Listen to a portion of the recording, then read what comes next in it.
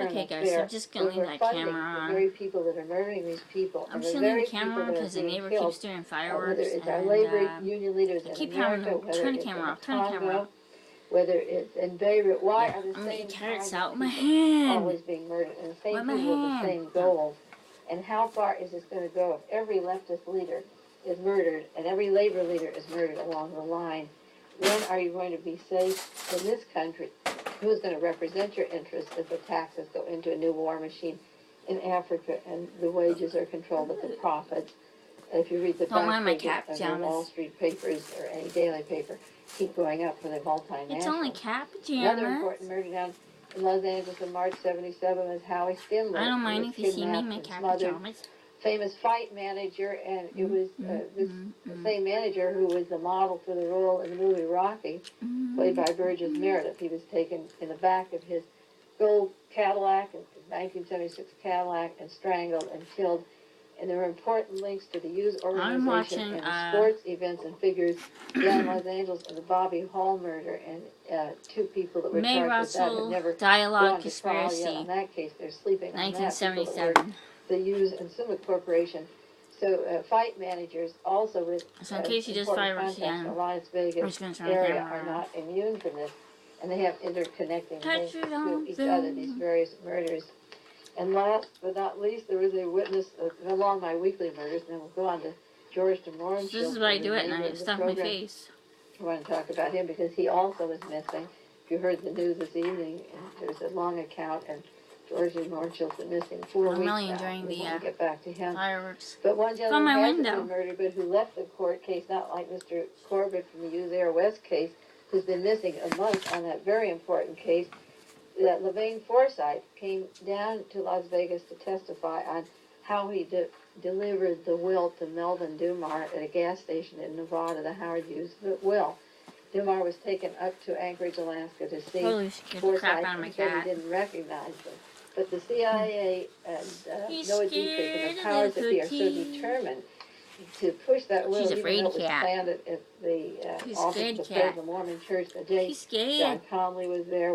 John Connolly's notorious links with the CIA and Lockheed and the Hughes Corporation. They're still pushing that. And they brought Levain Forsythe down to Vegas to testify in March about this particular will. And while he was in Vegas overnight, he received a call that, this is the quotation, "Talk about the payments to the Capitol, and so you are a dead man," end quote. Guess he's done. Now watch me turn the camera off and he'll do it again. In Los Angeles, and that he could not testify anymore. He went on the stand one day in the Las Vegas court. He took the Fifth Amendment 50 times. He would answer nothing about his connections with the youth organizations. Oh. He showed a bank deposit. I go up to the camera like that because I can't see because I don't have glasses on. He said was for delivering the will that he was supposed to have delivered. Now, Roden, Harold Roden, the attorney, is representing Noah Dietrich, and he claimed that the thread by which the entire state settlement hangs right now on Forsythe. But Forsythe didn't like that responsibility I don't like to put them on anymore than Mr. Traficanta liked testifying about the assassination teams before the new House Select Committee in Washington, D.C. Traficanta saw all his buddies murdered, and he took the fifth over and over again. So Mr. Forsythe went to Vegas for one day. He walked out of the court. They could have stopped him at the Las Vegas airport, but they let him go back to Anchorage, Alaska. He left without completing his scheduled deposition. Now, you try that sometime. When you're called in court and you say, "I'm not going to testify," take the Fifth Amendment 50 times. Say, "I don't want to talk to you. I'm going home." Just walk out of the court and leave and go on your trip up to Alaska. See if you get away with it. Glow in the dark, supposedly nail polish that doesn't glow in the dark. He left without permission of the court. He left without being stopped at the airport.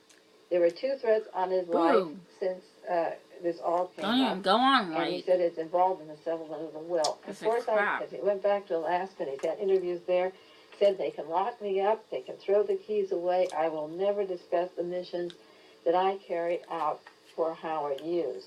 So Forsythe, on fear of his life, has left. A labor leader was brutally slain in Las Vegas, Nevada, a year after the Hughes organization swore, according to a court deposition of Mr. Greenspan, that they would kill the culinary union. That labor leader is dead. They missing witness of the Air West trial. Mr. Corbett is still missing. And now we go to George de Mohrenschildt because he's missing. And the next 20 minutes, I want to talk about him. We could do, as I said last week, I think I could do 10 hours on missing and murdered people in the last 2 months. Do the And that's just a TV. sample. Maybe next Monday we'll go into a few more of them so you get the picture. Because when we read about assassination teams in Argentina, that 1,000 or more people are missing. They're missing in America, and they're being slain in America. And you better catch on that this is happening, and the people who are being slain would represent our interests if they could tell the truth, but they're never going to tell the truth. Well, I don't know if you heard the KLRB news at 5 o'clock today. Steve Seaweed read on it.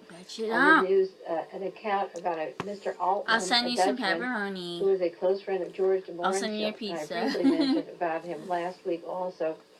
That de Mohrenschildt had said to Mr. Altman over in Brussels, what would you say if I told you I felt responsible for Oswald's I'm just act? keeping 7 nights time. Did you wish you were at my house? A few things about his relationship with Oswald. That from that point on, the man was missing. And he's not in the Dallas Fort Worth area. He was teaching down there. He fled with his wife. We went over to Europe. Oh, what was? I'm sure that he won't be back I forget in the United name of States that for a movie long, now. long time. If he's found alive. Oh, yeah, The Stewart. news also said that de Mohrenschildt was confined at Parkland Hospital Mental Institution by his wife, Jean de Mohrenschildt, which is very interesting. He goes, and maybe I'll give you, I don't have time to do a whole rundown on Jean, but hopefully maybe we can do some of that song next dance. week. And de Mohrenschildt left 1 week after Paul Regatta-Rodsky died in the Dallas-Fort Worth area. Paul Regatta-Rodsky was responsible for the Solidarists, the white Russians that came from the Tsarist regime into the Dallas-Fort Worth area through an intelligence operation to the Greek Orthodox Church. I love myself. The Look same at this. CIA Oh, that brought the Sirhan family over here from Jordan years later. Paul Regatta-Rodsky was an important figure in the Kennedy assassination. He was old, like J. Edgar Hoover or Lyndon Johnson. Could have died of old age. What did I tell you? He was terribly important, and he did testify before the Warren Commission, and he did die just on the eve of these stories breaking, and the week after he died, de Mohrenschildt, who was one of the top agents in the area, took a pounding. Not fair. Did it again. De Mohrenschildt's testimony before the Warren Commission was the longest single witness in terms of pages. Oops. To give you an example, You George Dewey, you didn't hear that on camera, did you? Most important witnesses had 23 pages of testimony. Max Clark had 12 pages of testimony. Lydia Dmitrik had 12 pages. Catherine Ford had 27. These are people